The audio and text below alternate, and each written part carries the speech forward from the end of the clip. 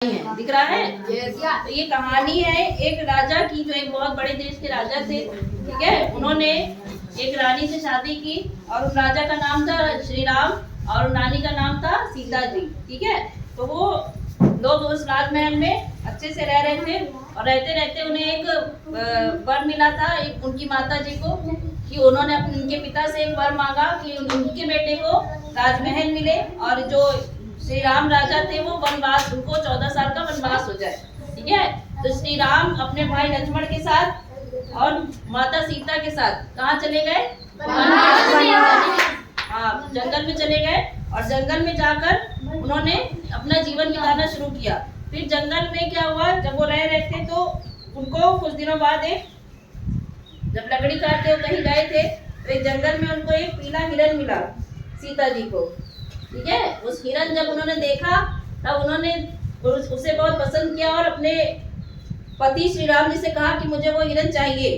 तो श्री राम जी उस हिरन को मारने के लिए चले गए और थोड़ी देर बाद जब वो नहीं पहुंचे तो सीता माता ने अपने देवर यानी कि उनके छोटे भाई लक्ष्मण से कहा कि अभी तक राम जी नहीं आए हैं, जाके उनको देखो कहाँ गए। तो उन्होंने मना किया कि आपकी सुरक्षा ज्यादा जरूरी है, लेकिन उन्होंने कहा कि नहीं, मेरे पति हैं, उनको देखो जाके और कहाँ गए हैं। तो श्री लक्ष्मण जी भी राम जी को ढूंढने के लिए चले गए। उसके बाद माता सीता अपनी झोपड़ी में अकेली थी और थोड़ी देर बाद रावण, जो एक लंका का राजा था, वो आया एक साधु का वेश धर के और उन्होंने जब भिक्षा मांगी और माता सीता ने मना किया तो उन्होंने क्या किया कि मुझे घर के बाहर आकर भिक्षा दो।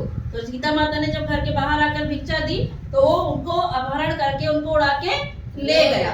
फिर उसके बाद जब वापस लौटकर राम जी और लक्ष्मण जी आए तो उन्होंने पाया कि सीता जी वहां पर नहीं थी। वो दोनों बहुत परेशान हुए और जंगल में ढूंढते ढूंढते आगे बढ़े।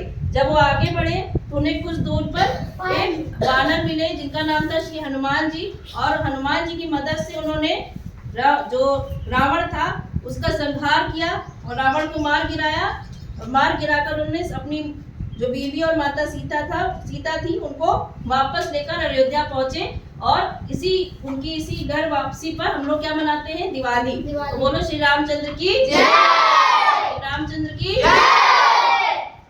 चलो बंद करो।